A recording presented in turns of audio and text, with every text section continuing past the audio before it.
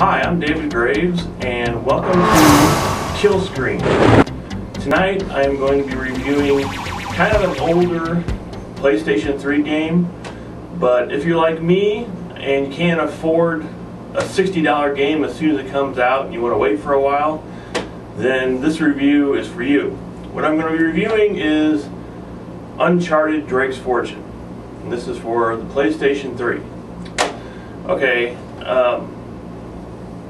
at first glance I thought this was a lot like Tomb Raider, and when you start playing it does seem like Tomb Raider. And the first level or two, you're like, oh, this is just another Tomb Raider ripoff, as you're jumping from ledge to ledge and you got to figure out puzzles to get out of the level. But once those levels are over and you actually start getting into the game itself, you realize that this game is a lot of fun and it kind of becomes its own game. Yeah, you know, you can compare it to Tomb Raider, of course, because of all the jumping from ledge to ledge, but I would say it's a little bit more like Prince of Persia, because that's what it reminded me of. The jumping in this game is absolutely superb. I've never had a problem with catching on a ledge or, you know, jumping to another ledge. You know, some other games it seems like it's kind of like clunky, the jumping physics, but here it's absolutely perfect, and it really kind of made the game a lot of fun by doing that. So the story here is you play a guy named Nathan Drake,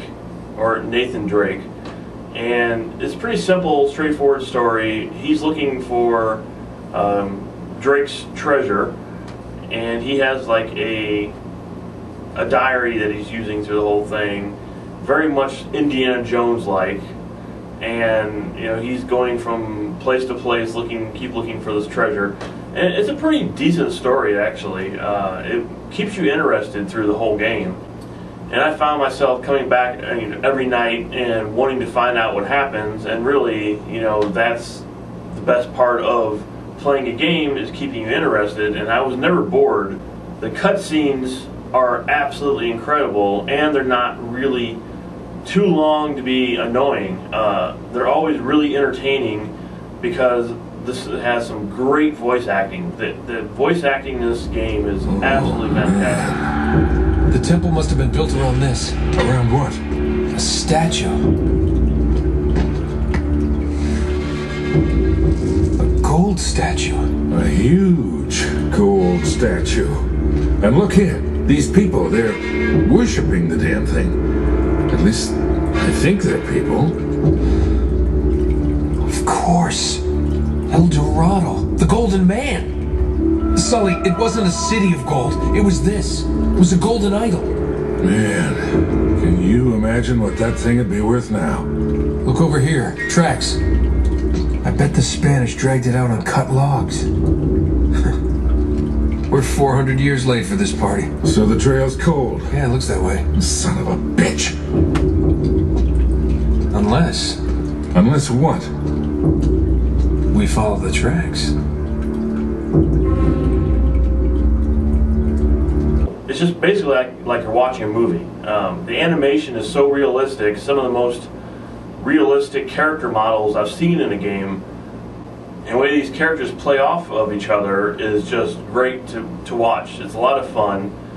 And all the characters in this game are really interesting characters. There's nobody in here that's just kind of boring or, you know, like whatever. You really want to know what happens to these characters, and you really want to find out, you know, how this game is going to end. There's a lot of shooting in the game as well, but fortunately all the shooting is actually pretty fun, and you don't get any sort of, like, you know, space age weapons here. You basically just have the regular shotgun, machine gun, pistol, that kind of thing, which, you know, really works for the game because it makes it feel more realistic. Now, I was mentioning how this game was a lot like Tomb Raider, but actually only in the jumping is it like Tomb Raider. Story-wise, I would say it's more like, I wouldn't say Indiana Jones, but it's more like Romancing the Stone. kind of reminded me a little bit more of that than it did Indiana Jones. If you have, the high definition television, you're in for an absolute treat for this game because it's incredible looking. It really is incredible.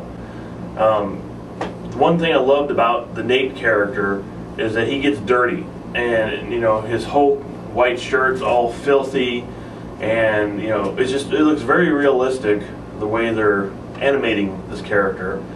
And the water effects in this game are unbelievable. I mean, when he jumps in the water, he gets out and he's actually dripping, soaking wet, and the effect on that is just really, really nice the way they did it. If I have any one big complaint about this game, it would be that it's very linear. It makes you go down a certain path, and there's no other path you can take except for the single path it wants you to go through. And I mean, some games can pull that off pretty well, like God of War, but this one seemed like it was almost forced on you, like, okay, this is where you have to go, and this is what you have to do. So that was one of my big complaints about this game, is that they should have had a little bit more leeway with what you could do or how you could get to several places, maybe different ways or different paths you could take or something like that. But it was very straightforward, and this is where you got to go and how you got to get there. The game itself will last you around 10 to 11 hours depending on how many of the hidden treasures in the game you want to try to search for. One other thing I should mention about this game is the load times from when you die and come back are almost non-existent. So great load times here. So in all, this is a real fun game. Now, I wouldn't say it was worth going out and buying it for $60, but I just found it for $40, and right now that's about as cheap as you're going to get it.